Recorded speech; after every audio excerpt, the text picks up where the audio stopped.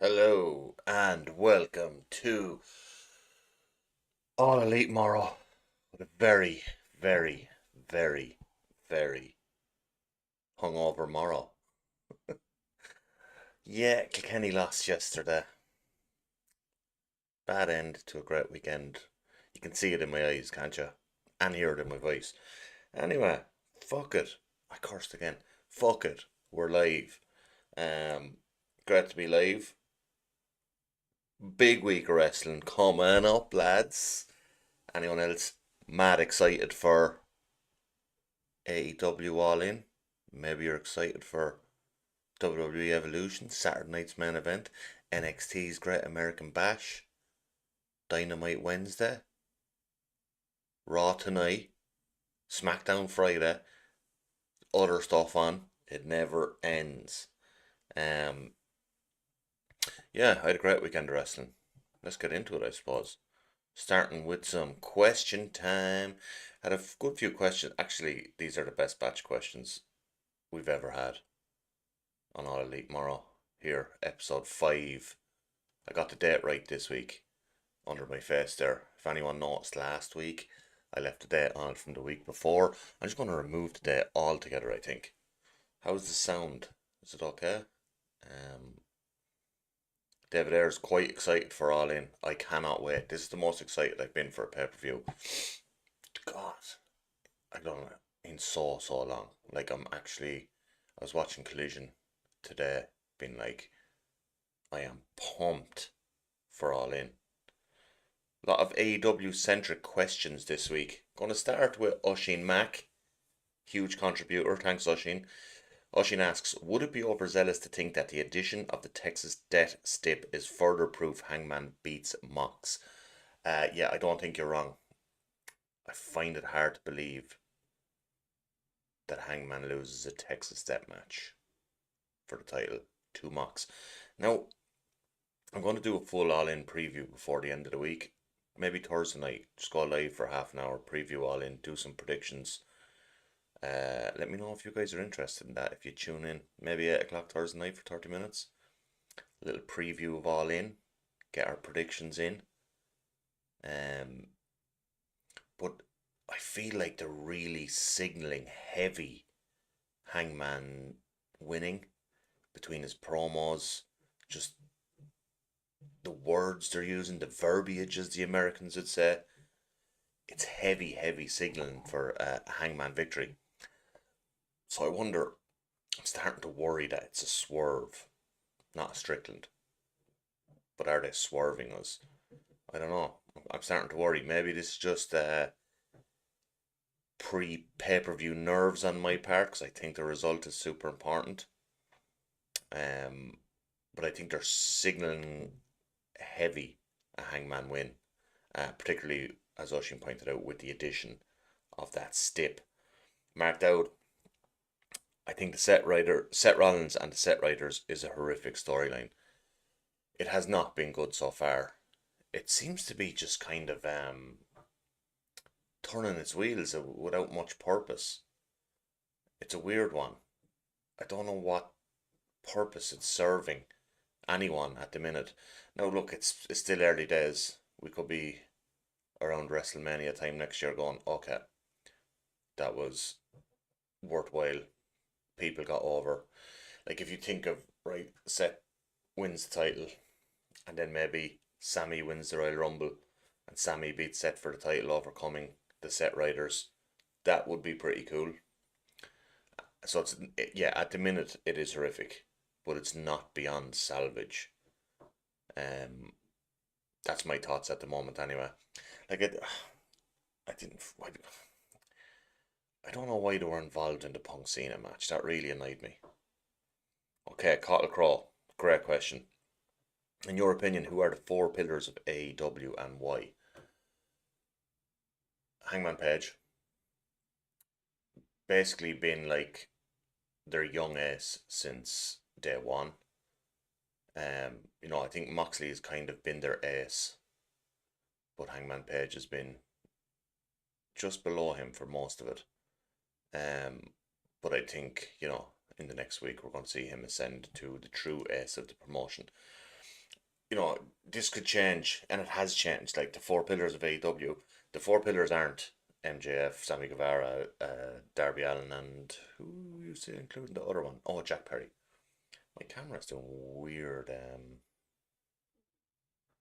cutting in and out of focus. Yeah. So I think Hangman, I think Swerve, I think Osprey. Who is the fourth at the minute? I don't know, but there's room there for a fourth. I think Kyle Fletcher would be an interesting choice over the next few years. Um, I think like just those three in particular, like Hangman, when he's at the center of the promotion, things seem to be just so much more interesting. His style of storytelling, his ability to make you care about what he's doing on the mic and in his matches, his characterization, all that. He's just at the minute firing on all cylinders. Swerve again is another guy like someone who has um consistently improved their star presence to the point now where he feels like, and he has felt like this for probably more than a year at this stage. When he got the title first, it was like, okay, okay, he's not quite there yet in terms of how he carries himself. By the end of his title run, he felt like you could build any promotion in the world around this guy. Um, Osprey, obvious reasons, people care about him, like really care about him. He puts on unbelievable matches. He doesn't slow down for TV matches. He's legitimately attempting to have a match of the year every time he's in the ring. And then yeah, I don't know who I'd classify as the fourth one at the minute. I think that one we can probably leave that spot open and maybe come circle back to that before the end of the year. Um, so I think we're going to see Moxley move out of that kind of position. Um, it's time. We're 6 years in. He's done as much as he can for the promotion as at that ace level. Maybe a Kyle Fletcher, maybe a Darby Allin if he gets hot when he comes back. Maybe an Okada might have one last great run in him. There's guys there, yeah, like it's super talented roster anyway. But in terms of like building your promotion, like when you think of four pillars, it's some combination of them always been in and around the main event. And the three obvious ones for me are Swerve, Osprey, and the Hangman. Oh yeah, sorry, I'll go back a screen. Um, Another great question from DJ Chartreuse one. Top five embarrassing moments in AEW history. I can think of three right off the top of the dome. The finish to Moxley and Omega's exploding barbed wire death match. That was a complete and utter fucking disaster, a clusterfuck. Um, the closing angle of the last Dynamite of 2019 when the Creepers attacked the Elite. It was really bad. Their costumes looked cheap. Everything looked shit. And I think it really gave Tony a kick up the arse because he came back then straight after New Year's with an electric bill to Revolution 2020. But God, that closing angle of Dynamite 2019 just before New Year's, horrific. So bad. I was like, oh no, because new company on TV, maybe 3 months at the time, maybe like they'd done 10 or 12 episodes. Crazy. Now we're at 300. Like we're talking about an episode of TV that was 290 episodes ago, give or take. Terrible angle. If you weren't watching AEW at the time, it was just one of the worst angles they've ever done. Um, they retconned it instantly. In fairness, and they came back the following week with like a really great Ray Phoenix match. Just let him wrestle for like 20 minutes. Um, and then another one that sticks out is the Adam Cole reveal of the devil. Oh, was it at World's End? 2023. Again, actually their closing angle of the year. So two of these have been like right before New Year's, and the clock ticking over to a new year. But like that World's End was actually a really good pay per view. They had the final of the first Continental Classic, where Eddie Kingston became the Triple Crown champion, and then Samoa Joe beats MJF for the title. And then Adam Cole reveals himself as the Devil. And it was just, oh my god, it was so crap. And like the rest of the show had a lot of positives on it, and then it finished with this like wet fart, damp squib crap angle. Um, so yeah, they're three that uh, immediately spring to mind as really embarrassing moments. I'd probably add in Matt Hardy, Sammy Guevara, that street fight or falls count anywhere match they had where clearly Matt Hardy took uh, got a concussion mid match and nothing was done about it. And then Jamie asked top three AEW pay per views for someone who's just getting into it. All Out 2021, without a shadow of doubt, incredible. Like so much there, like debuts, Punk's return. I'm pretty sure that was the one that had the Lucha Bros versus Young Bucks cage match, which was one of the best cage matches I've ever seen. Um, All Out 2021 is easy. Revolution 2020. It's a funny one. I can't really remember a whole lot of that card, but the best tag match I've ever seen took place on it. Hangman and Omega versus Young Bucks. But that was a great pay per view in totality, if I remember correctly. I'm pretty sure it was. And then I'd probably go Revolution 2024, which came along at like a time where they weren't creatively firing. Our Double or Nothing this year was awesome as well. But Revolution 2024, Sting's retirement, they just absolutely nailed. Like there was a lot of good stuff on that pay per view anyway, but they just nailed that Sting's retirement. The whole the feel of it, the match itself, the presentation of Sting in his last match, just awesome. So I'd probably start with those three, and there's a lot of variety in those three as well. But they're a really good place to start. So Revolution 2020, All Out 2021, and then I'm thinking Revolution 2024 and or Double or Not in 2025. Um, but there's a run of pay per views there throughout 2024 where every pay per view was ridiculous, and but the TV wasn't that great. Um, do we have any more comments before we get into the meat and bones? Sounds good. Whoop whoop. What's poppin'? The Juggalos are in town. David Ayer's pretty confident Hangman is winning. I'm worried about Gabe Kidd and Hook turning heel though. I also have that feeling about Hook turning heel. Now maybe they do that in. What I was thinking is they haven't announced the third teammate for the trios match for Death Riders against the Ops.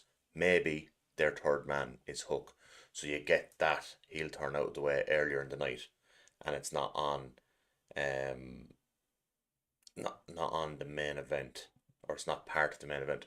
Look, that main event is going to be insane. It's going to be their version of WrestleMania 40 main event, with returns, run-ins, drama, personal shit. Like that's all going to be in there. You know, it's not going to be a straight 1v1, and it shouldn't be because it hasn't been built to be. Um, I feel like Omega and Okada should be the straight one-on-one, but they've kind of started building that in a way where with Don Callis and stuff, there's other things involved. So, like I do want a big straight 1v1 match on the card. You look, this Texas State, we're not getting it in that match. Okay. OTT Summer Bash over the weekend, night one. I attended in Dublin. Fantastic show. Really great show. Like, I implore you, wherever you are in the world, go and see your local independent wrestling company. OTT are on such a good run at the moment. They don't even feel it. You don't feel like you're at an indies. Like these guys, like the standard is insane, but they're telling great stories. It has a bit of everything. There were so many good matches. Callum Black and CBL had a great match. There's two great tag matches, and the two tag matches were so different. You had Frankie Vendetta and Sam versus BDE. Uh, that was really good. Like the heat segments on Sam were brilliant. BDE are just so good at what they do, as heels. They're fun, but they're also obnoxious and annoying. And then Frankie Vendetta's hot tag plus crash and burn off a senton was awesome. Matthew Bullet Smith and Keen Noonan had a banger. The main event, Big Demo and Terry Thatcher, was great. Like, there was so many great matches on the card. I think I mentioned Callum Black and CBL already. That was probably my favourite match of the night, actually. Thought that was great too. So yeah, OTT Summer Bash Night 1 was brilliant. The Night 1 and Night 2 will become the OTT on demand probably this week. I'm hearing that the tag match for tag titles on Night 2 was incredible. Like, some people said it to me, best match they've ever seen live. And these are people I know were at some of those Jordan Devlin Walter matches. So if they're better than that, then holy shit, like, I'm looking forward to that tag match. So yeah, great night out. Go to your local wrestling indie. I drove an hour and a half up and an hour and a half back, and it had the time of my life.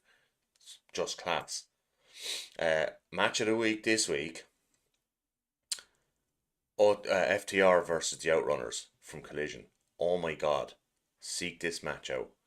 This might end up in my top 10 matches of the year. Every year I make a little list, but I don't like, I haven't posted it anywhere before, but I make a top 10 list of my favourite matches of a given year. Maybe this year we'll do it here. We'll do a countdown or something at the end of the year, a little recap. All Elite Morro's review of 2025. But I would be shocked if this match isn't in my top 10. Old school, incredible tag wrestling. Just FTR, the best heels, tag heels in the business, have been for quite some time. Yeah, seek this match out. AEW Collision this weekend. The Outrunners were awesome in it, fiery comebacks, and like, nothing too complex in this match. It was really simple, but the psychology was pitch perfect. The finish was pitch perfect. The near falls were pitch perfect. Really had everything. Loved this match so much. Just on a Collision on a Saturday night. I only watched it today. I was going to probably put maybe Okada and Ibushi in this slot as my favourite match I've watched over the last week. I was thinking of adding a historic segment, so something old I watched. I watched Great American Bash Night 7 from 1986 this week.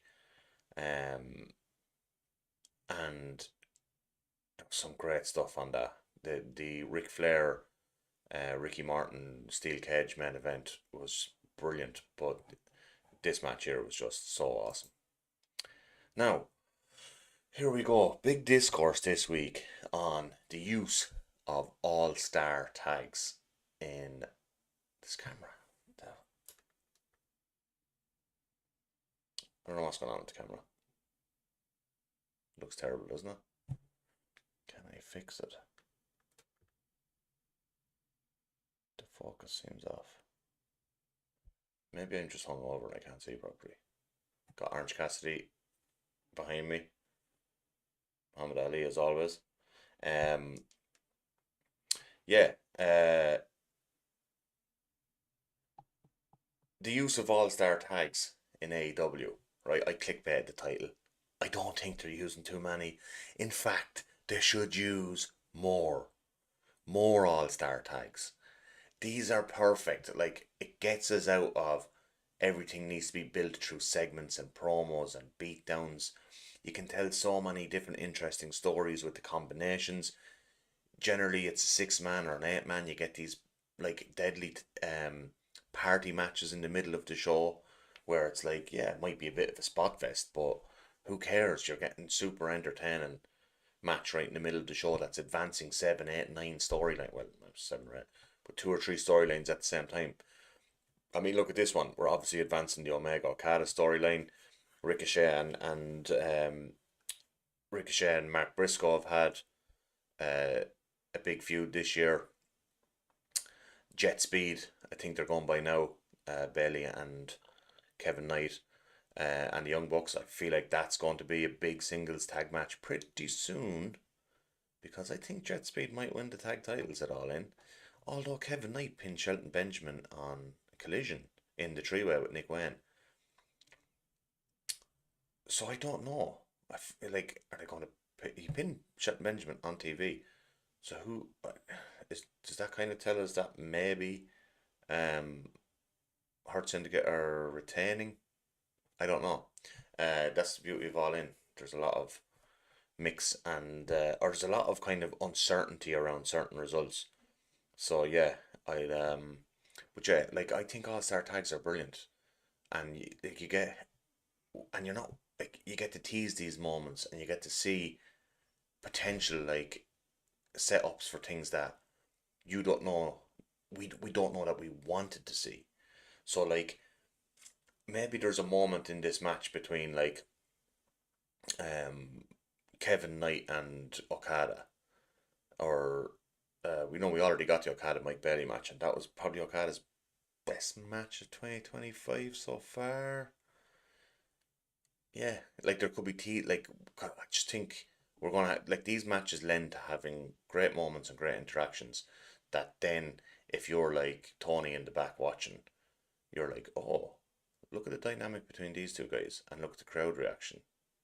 We could have a big singles program on our hand here, just by teasing it here in this one match, like So yeah, no, keep doing the All Star tag matches. Stick two of them on every show. Give me more. Um, as I said, I'm going to do a bit more of an All In build or an All In preview later in the week. But I found this to be just a tremendous piece of business between the Bucks, Swerve, and Osprey. I said on this last week that with the stip of the Bucks losing their EVP status if they lost, I felt that kind of gave away the finish of this match a little bit. However, with the new stip added that Swerve and Osprey can't, neither of them can challenge for the world title for 12 months if they lose. I now think that flips my prediction on its head. I actually think they're more likely to lose because if Hangman wins, and then you have Swerve can't challenge him, Osprey can't challenge him, for 12 months, it times really well with Osprey potentially challenging for the world title at All in Wembley next year. So it gives you a booking reason that he can't challenge before then. Perfect. Also, it gives Swerve something like really meaty that his biggest career rival is the world champion, and he's not allowed to challenge him. There's some, and it could be a thing of maybe Osprey costs him the loss, it drives Swerve mad. We go into an Osprey Swerve singles program, and that plays out over 6, 8, 12 months, 4 matches over 12 months, heightening the stakes each time. Like they could have like, I know we saw them in Forbidden Door last year. We saw the recent draw on TV, uh, but I think they can have even better matches than those, particularly because both of those matches were face versus face, really. Um, so by having a heel face dynamic, I think that could even increase the level of matches they could do. So I love this angle. I love this new step. Really adds intrigue to this match, and it's a thing of where like both steps make perfect sense because you do want to get that EVP status off, on screen kayfabe EVP status off the Jacksons, Young Bucks, but also the idea of Osprey and Swerve not being allowed challenge for the titles for 12 months is just so juicy. There's so much stuff you can mine out of that. Love it. Love it. Yeah, the Mistico MJF build.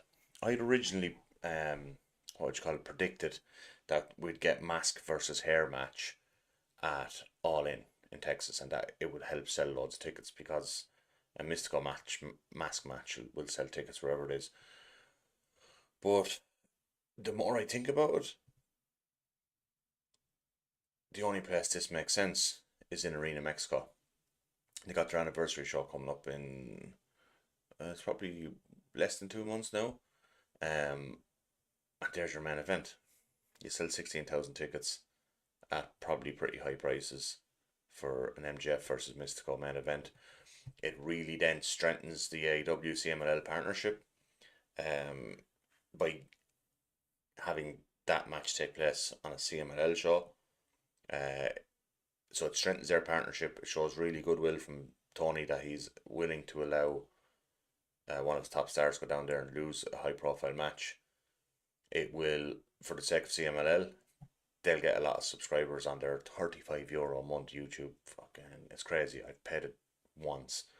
But they will for that month. People will pay €35. I just think basically just to watch that match. Um, so I think smart move. Like, yeah, you could do it in Texas at All In. It would add maybe 2,000 tickets. But they were getting pretty close to selling their a lot of tickets anyway. They're going to hit 25k. I'm pretty sure they'll hit 25, 20. They might even open up another section. I think they're going to go 25k plus. The only thing I'm kind of finding it hard to predict is what the pay per view buys will be, because it's a 2 p.m. start in the US, 3 p.m. East Coast on a Saturday. I don't know what that time slot will be like for pay per views. Like, I remember a few times when Khabib would fight in the Middle East for UFC, and it would be on daytime pay per view in the US. There was a feeling that pay per view buys were slightly down because of the time in the US. So it's a weird one. Like, with the card they have, with the pay per view numbers we've been doing recently, if that was a normal start time, I'd predict probably 150,000 buys, which is pretty high. It would put it probably in their top 5 or 6 all time. Um, but I don't know if I predict 150k for a 2 p.m. start, 3 p.m. East Coast. I think you're probably talking maybe 135, which is higher than their last Double or Nothing. But also, this is a more promoted show. Um, so yeah. However, back to Mistico MJF. Like, the best place for this is Mexico. Second best place is probably Texas, Southern California, Chicago. Any of them places, you'd sell a lot of tickets for this match. But realistically, Arena Mexico, Mystico's home arena, home promotion, is where this match is at its biggest. So yeah, I think the right choice is to go Arena Mexico at this, and it feels like that's what they're doing now. Also, that's a main event match, and had they done it, it's not a main event match for All In. It's not bigger than Hangman and Mox in AEW. It's not bigger than Okada Omega. But in Arena Mexico, it's bigger than both of those matches for their fans. So I think it is the right place to do it. And like, they will, like, really, they're going to sell that place out. Like, can't remember the last time Mystico did a big mask match. And also, I think there's no way Max is beating him for his mask. No chance. WWE Evolution. The card is kind of crap. They haven't built it well. They've been put as the third show, the third WWE show on a weekend that's competing with All In. It was moved from the 5th of July to the 13th to compete with All In, to be on the same weekend. You got Goldberg's retirement the night before. You got Great American Bash the day before. The Goldberg retirement match is in the same arena as Evolution, Goldberg versus Gunter, and the build has felt really flat. I don't know what matches feel hot coming in here. And also, Beyonce is playing a concert like down the road in the same city. So they're going against Beyonce. With a women's show against Beyonce. That's the dumbest shit you could possibly do. Beyonce's probably selling 78,000 tickets there, whatever their biggest stadium can hold. She's probably selling that thing out. So yeah, I think they've been put in a really shitty situation. Ticket sales aren't looking good. Um, the Gunter Goldberg Saturday night's main event the night before, at the minute, is currently sitting on just north of 10,000 tickets. Not bad. Pretty good. Um, but this is sitting on like half of that, and a lot of those tickets were combo tickets with the previous night. So they're in like a 15,000 seater arena with 5,000 tickets sold 6 days out from the event. It's worrying because they've been set up to fail. Triple H hasn't booked a decent build to this. And they've been put in a dead spot. Like, that is a dead spot against Beyonce on the same night. Being the third WWE show of a weekend you're going to have fatigue, or audience fatigue, and also the day after All In. Like, you're just. Do any of the shows, anyone in the comments think any of these three WWE shows next weekend has had a good build? I know they still have tonight. I think, like, there's going to be something decent with Gunter and Goldberg tonight. Surely there has to be. I know there'll be some of the women's matches will get an angle tonight, but yeah, I just feel like they're being totally set up to fail. And what's going to happen then is we're going to, like, mark my words, okay? They might hit 7,000, 8,000 fans. The viewership won't be huge on Netflix or even on Peacock, and we'll see all these subliminal articles coming out during the week about how it underperformed expectations, blah blah blah blah blah, and it'll be like a pylon. It'll be like this real sneaky articles that I just watch next week. There'll be sneaky articles downplaying the draw of women's wrestling in WWE, downplaying some of the stars, and this will be held against them, and it'll be used as an excuse to wait another 6 or 7 years before they run their next evolution. And it feels grimy. It feels like we're going to use the women to counter book AEW on their biggest weekend, and we can allow them to fail, you know? And there's no way they're going to put Cody in that spot, like, no chance, because they wouldn't take the risk that Cody would fail. And the same with Roman Reigns, they wouldn't put him in that spot because they wouldn't take the risk that he would fail to get a sellout uh, on a weekend where they're counter booking. I'm not saying they would fail. I don't think Cody or Roman would fail to draw a big house, but just in case. But they'll put the women in that spot, which, you know, shouldn't be the case. Yeah, that's kind of everything for this week. Uh, Go see your local indies, like, subscribe, comment, all that kind of stuff. If there's any more, I'll check the chat, see if there's any questions that we could finish off on. I'll give it a 30 seconds if anyone wants to stick a question in there, and then that could kind of guide the last couple of minutes of conversation here. But yeah, like, I'm super excited for All In. I kept this purposely a few slides shorter than usual because I am going to come back, I think, Thursday night, 8 p.m. for an All In preview. Tomorrow, we've got, what do we got tomorrow? Tomorrow, me and Shane recorded a podcast last week on our favourite big men in wrestling history. And we kind of have,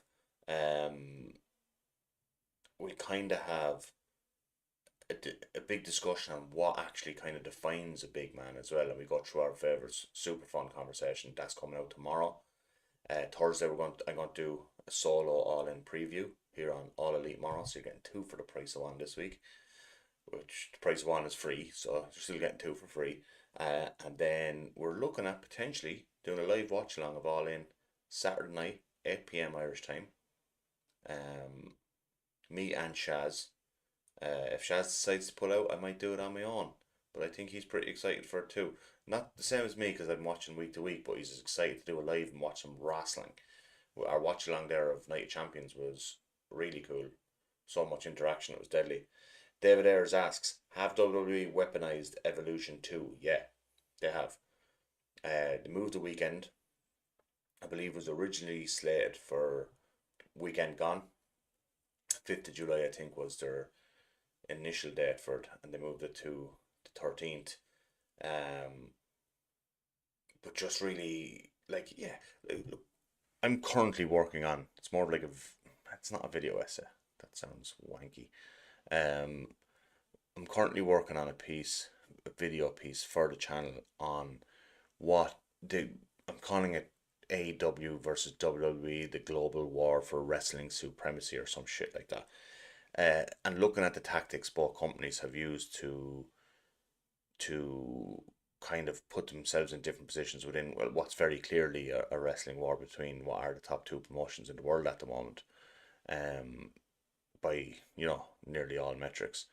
And this is one of the tactics. And WWE have used this tactic. Vince used this tactic against Jim Crockett in the 80s.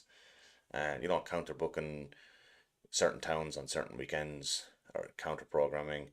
Um, WCW used it in the Monday Night Wars. That's how the Monday Night Wars kicked off. They counter booked Raw with Nitro. Um, so, yeah, it's a promotional tactic that they're using to try and draw eyes away from their biggest rival. So they're weaponizing, but they've done it in a really, what I feel is a kind of a wrong way to put the women in the line of fire. You think about what Vince did when AEW were announced going on Wednesday Night Dynamite. Vince gets NXT moved to TV. That was 1 hour on the network every Wednesday. So what does Vince do? He gets 2 hour TV slot, um, 2 hour TV slot on TV on a Wednesday night to counter program against a Dynamite. The idea there being that Dynamite's original TV deal was, I think it only lasted to New Year's, but it was extended for like a year pretty quickly. And the idea was counter program them, don't let them get off the ground, damage them before they get started, before they build momentum, and it backfired. And it damaged the NXT brand. It really damaged, like, Triple H was fired from head of NXT. Damaged Triple H's brand within the company. It damaged their third brand. They went to Tuesday nights, and that's when they changed to NXT 2.0. And it's taken them really long time to rebuild, and it's never going to be the black and gold that we all love, remember and love from 2014 to 2018, 2019 even. When they went up against AEW first, it was still a really good product. There was still great stuff happening on NXT on both TV and their takeovers.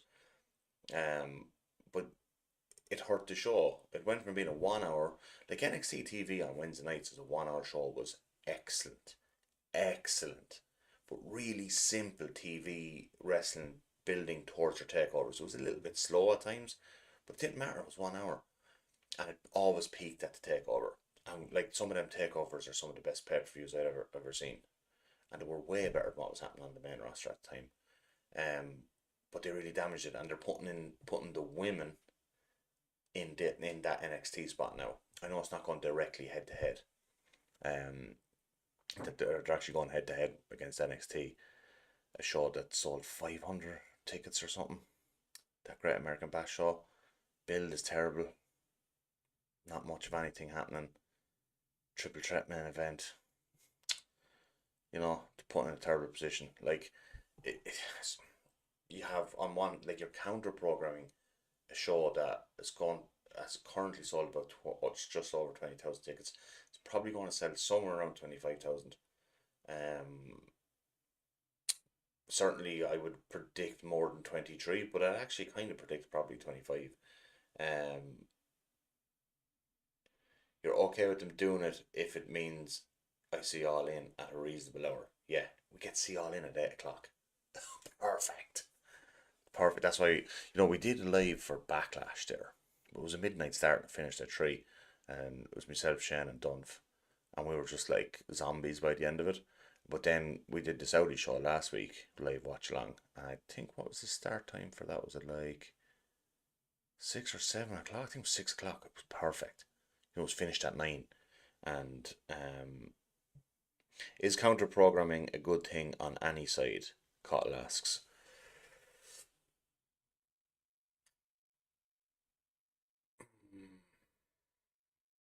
It's bad for the wrestling business in general. I think that'd be kind of my main answer. It is just in general bad for the wrestling business. Um, for us as consumers or fans, it's bad because we've been forced to pick between two products that we may want to watch live. So now, it depends what perspective you're looking at it from the company side. If it had worked, the counter programming NXT or using NXT to counter program AEW, if it had worked and Vince had killed off AEW as a threat before they started and they weren't able to get a TV deal to sign guys that became stars for them and so on and so on, sign Brian Danielson, sign CM Punk. We know how the CM Punk thing turned out, but getting CM Punk in 2021 was fucking huge. and he was a huge draw for most of his run there. His star power did kind of cool off towards the latter end. Um, he wasn't drawn as well as he had been at the start. But like, I mean, you look at his return match, that All In, or sorry, All Out 2021. I think that did like 210,000 pay per view wise, which for a secondary promotion in 2021 is mental numbers. Like, should be impossible. But that was Punk's return. That show was really sold off because the main event was Omega versus Christian, which we had gotten on TV. I'd say 3 weeks before on Rampage actually. I think it was the first Rampage actually. Might have been the first ever Rampage match. Um, or certainly the first main event. But so we got in that match on free TV a few weeks before, so that was main event. And now Kenny did do great numbers as a pay per view draw when he was the champ throughout that run in 2021. All those pay per views performed pretty well, but like really, without Punk's return, that show would have done maybe 140,000 pay per view wise, 150 at a stretch, probably 135 to 140. But Punk comes in, they announce the Derby match, they do 210,000 pay per view wise. That's insane. Um, so yeah, like from Vince's perspective, like counter program because it worked for Vince in the 80s with Jim Crockett. That's where Survivor Series started. It was designed to he the very first Survivor Series. Vince used it as a counter programming for I believe it was Starrcade. I wish John Martin was here. He'd be able to tell me the exact event on the exact date. But yeah, I think it was Starrcade, and Starrcade was going to be WCW's WrestleMania. This is a couple of years, maybe 3 years after WrestleMania 1. And, WrestleMania did really good business for Vince and WWE. So Jim Crockett was trying to do their version of it. So Vince created Survivor Series, counter program it, and Vince threatened the pay per view providers that if they carried Starrcade, they couldn't have WrestleMania the following year. So he threatened them with this: that you have to book Survivor Series or you have to carry Survivor Series on your pay per view provider instead of Starrcade. So Vince has gotten away with this for years. Um, and he basically sure he monopolized the business from 2001 until 2019. So counter programming was super effective for Vince for a long time. The first time it didn't work for them was with Dynamite. Dynamite survived. No, it probably did hurt some of Dynamite's numbers. There was a few times where Dynamite numbers did get hurt. But look, with the TV deal that AEW have now, they won that war. That's not the total war. That was the NXT war. They're not winning the WWE war, and they never will. I don't think. But winning for them is being an extremely profitable number two promotion.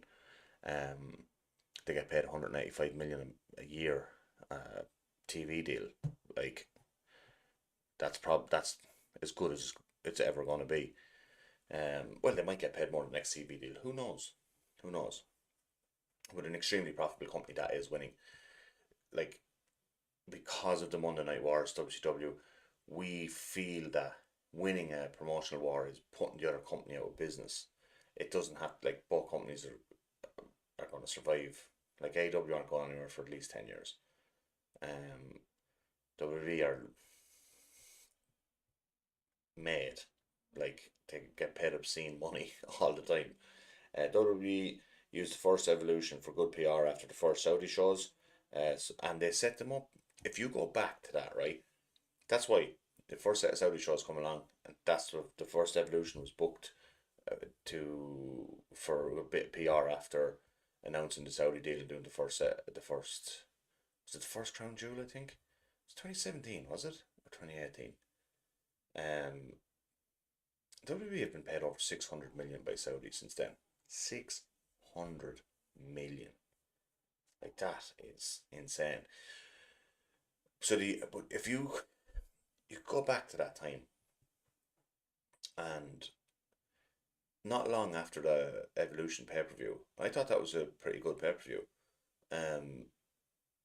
All these stories started leaking that or started getting like shown up in WWE friendly press about how the women didn't draw and didn't sell out the arena, and um, kind of taking the blame off WWE and putting it on the women for not being draws. I'm like, well, you didn't push them as draws, and you didn't actually really build that great show, and the women weren't put in the most prominent spots on TV in the build to it. Like Roman was still um, being pushed in the month leading up to it. Like his storylines were still the biggest storylines in the company in the month leading up to the first Evolution pay per view. If I remember correctly, I think it was Roman. Um, but yeah, like if you're going to build a pay per view, you have to center your TV on the people who are going to be on that pay per view. And I feel like that Triple H hasn't been doing that very well this year. Um, the TV product isn't as crafted as well as it used to be in order to build certain matches for the pay per view that's upcoming. Like like there's still going to be angles for, but when I talk about like who's the central TV characters, like who's opening the show, we see it weeks now. AEW, Hangman opens every show. Who is at the top of the hour? So what angle is played exactly 1 hour in, because a lot of people change the channel at that time and they'll change into your program. So who do you put in that spot at the top of the hour to hook new viewers? So you generally, it's quite often MJF. You look at segment 9 on or segment 5 on if you look at the 15-minute quarters, the fifth quarter is quite often MJF, because he's quite a big draw for the company. He, like what happens with every wrestling show, generally their ratings will start high and gradually decline throughout the show. Gradually throughout the show. That's literally, you look at Raw, SmackDown, Dynamite, NXT, everything. You get your biggest viewership at start. That's why they're opening with Hangman, because he's now their star. He's now their main event for the next pay per view. So you open with him to get the most viewers, and you promote his match, which is headlining the pay per view, and that's the one that's gonna sell your pay per views, sell your tickets in the arena. So you open with him to get that promotion. So he becomes your biggest star because you're putting him in the spot to be the biggest star. You'll also notice, a few weeks ago when they did a lot of them 4 hour, 4 hour specials, they closed both shows with Kenny Omega bleeding into the sort of top of the hour, 10 p.m. Dynamite's finishing, Collision starting. Kenny's angle would start, or Kenny's, whatever Kenny's doing would start, and then that would also open Collision with the second half of Kenny's angle. So what you're doing is you're using one of your big stars in a part of the show that you have to carry the audience through that hour into the next hour and get them on to the next part of your programming. So you can kind of tell who Tony's pushing most by who he puts at segment 1, 9 o'clock US time. So halfway through the show and at the very end. They're generally the guys that Tony's pushing the hardest, because they're the most important parts of their TV viewership for maintaining ratings, or attempting to slow the decrease in ratings. They're generally going to decrease, but you might have like a 7 or 8% drop off per segment. But then, like someone like MJF, it might only be a 1 or 2% drop off. And people say, oh, he's losing viewers. But he's holding viewers more than what the average drop off of a wrestling show is. So you put them in strategic positions. See, I think Cornette said that AEW will never die as long as Tony is fueling it financially. Do you think he's right? Yeah, like Tony personally, not just with his father. Personally, Tony's also a billionaire. His father's a multi-billionaire. They're never running out of money. Like, they have enough money to run AEW for a century, and not ever run out of money. And Tony loves wrestling. Like, he's a mark. Like, he's a fan. He's one of us. It's what I like about him. He, you know, if Tony wasn't a multi-billionaire, running a wrestling company, I guarantee you he'd be sitting here doing something nerdy like what I'm doing right now. So yeah, Tony will never leave wrestling completely, but also, and one of the things Cornette got wrong is that he thought like they were never going to be a profitable company. It's crazy now. Tony doesn't need to invest any money. 185 million coming in a year after TV deals alone. Just TV deals. You know, we see loads of sponsorship stuff. They have that Superman sponsorship thing now. That whatever they're doing with that, promoting a new Superman movie or something. So they have sponsorships, money coming in from there. Pay per views, 100,000 buys on pay per view, which I don't think they might have had one pay per view ever that was below 100, but they generally average out at like 125,000 buys. 100,000 pay per view buys, they make on that like $4 million or something, $3 million profit on their end. Uh, and they do like that 6 times a year. So 100,000 pay per view buys will get about 3 million profit. So 130 to 140,000, they're getting about 4 million per pay per view, roughly. And that's after, like, that's the so $60 at 100,000, let's say, right? 6 million. They're probably on a 50-50 deal. That's the general deal with pay per view providers. Pay per view provider gets 50%, you get 50%. Now, I don't know what that is with Amazon. Like that stuff may have changed, but generally it's probably about 50-50. So they're getting 3 million, and the pay per view provider's getting 3 million. Plus, these pay per views are bringing them in almost always $900,000 to $1 million in ticket sales. Plus, you add their merch sales to it that happens at these pay per views as well. And then, like, they're in absolutely no danger of not being profitable until at minimum, I think 2029. So, and who knows? Tony will be well into his 40s, and I think in 2029, maybe he wants to do other shit in his life.